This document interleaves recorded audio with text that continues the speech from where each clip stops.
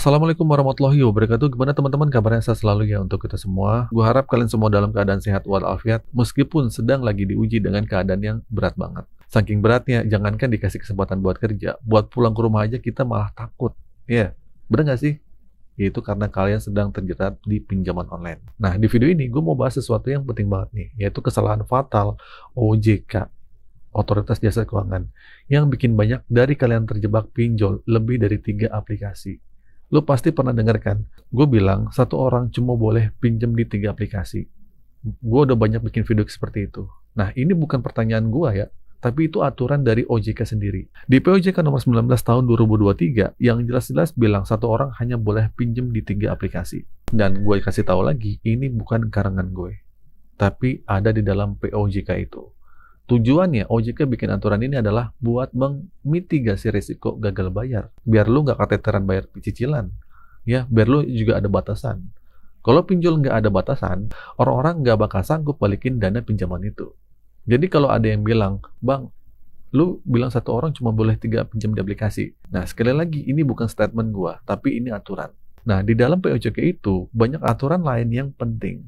Nah, mulai dari aturan penagihan, penggunaan kontak darurat sampai pinjol wajib kerjasama dengan asuransi. Nah, di sini gue mau bahas satu persatu ya aturan ini buat kalian. Tapi sebelumnya jangan lupa like, komen, dan subscribe ya. Nah, mungkin di sini ada teman-teman yang terjebak di Shopee Pinjam, Aku Laku, Kredit Pintar, Bantu Saku, Finplus, Neobank, pinjam duit sampai kredit cash atau sampai pinjaman lain dah. Dan di sini kebanyakan pinjamin cuma dari 1, akhirnya 2 ke 3 sampai ujung-ujungnya lebih dari 8 bahkan 10. Padahal harusnya kan pinjol lain nggak bisa mencarikan pinjaman lagi. Pertama mungkin di Shopee, Aku Laku, terus Kredit Pintar. Nah, dari 3 aplikasi itu ya udah nggak bisa dicairin lagi pinjaman lain. Tapi kan faktanya banyak, ya. Nah, akhirnya kan bingung ya, mau bayarnya seperti apa, ya. Jangankan bayar satu aja udah kewalahan. Nah, di situ timbul pertanyaan, mendingan galbay apa nggak, Bang? Karena udah nggak bisa bayar. Pertanyaan ini sebenarnya udah ada jawabannya di dalam diri lu sendiri. Lu udah bilang, mungkin lu nggak mampu bayar, ya, lu susah, kenapa masih nanya? Jadi gini, daripada lu gali lubang tutup lubang yang nggak akan pernah selesai, mendingan berhenti bayar. Ingat ya, awalnya cuma 1 di Shopee, mungkin di Aku Laku, mungkin di Kredit Pintar. Sekarang mungkin lu sudah berhasil jebol dari 8 akhirnya 11. Itu nggak kapok. Nah, jadi gini teman-teman ya, kalau lu tanya gue, mending galbay aja apa enggak, Bang? Gue akan balikin ke diri lu sendiri. Mampu apa enggak?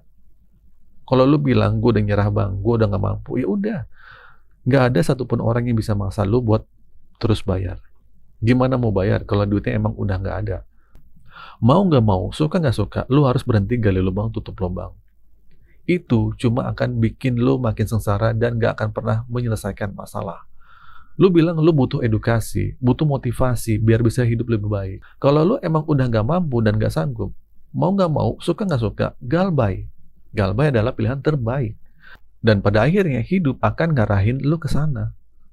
Lu mau ngapain lagi? Mau bayar? Ya. Lu udah nggak punya uang. Terus mau gimana lagi? Gue galbay dulu, Bang. Ya udah. Jadi gini, hentikan semua pembayaran. Ya. Kalau udah nggak mampu bayar. Kalau duitnya sudah terkumpul, baru bolehlah ngomong. Mungkin mau negosiasi, mungkin nanti mau bayar dengan cicilan, terserah deh. Itu juga boleh. Yang penting lu tetap berusaha, tetap bekerja. Bukan berusaha nyari talangan dana ya, tapi berusaha buat menyelesaikan masalah ini.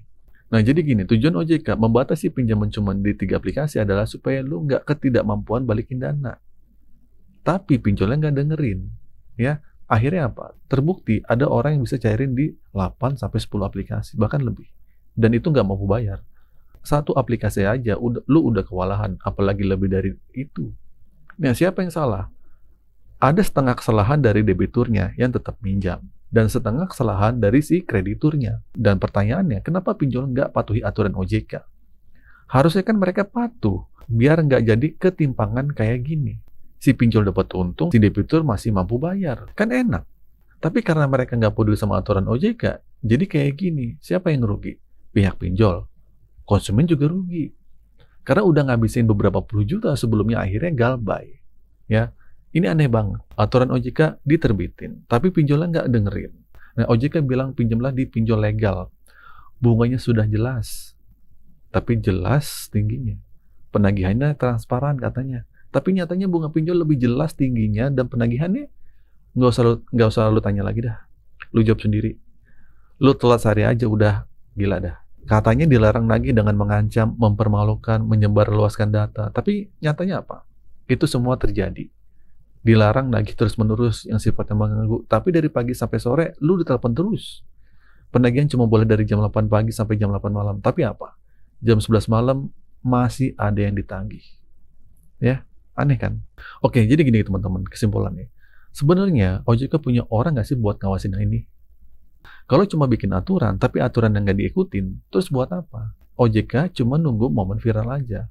Buat apa masyarakat diimbau pinjam di pinjol legal yang nyatanya kayak gini?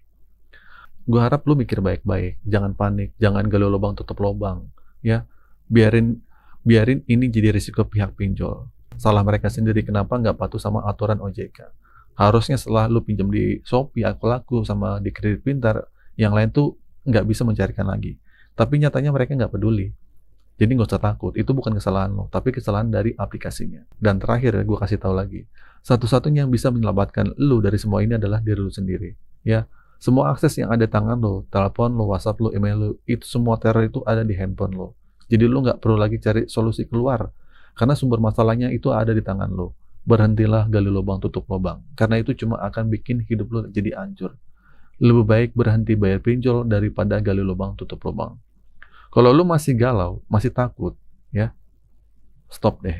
Nggak usah mikirin yang macam-macam. Oke, itu saja teman-teman video kali ini. Semoga video ini bermanfaat. Akhir kata dari saya, assalamualaikum warahmatullahi wabarakatuh.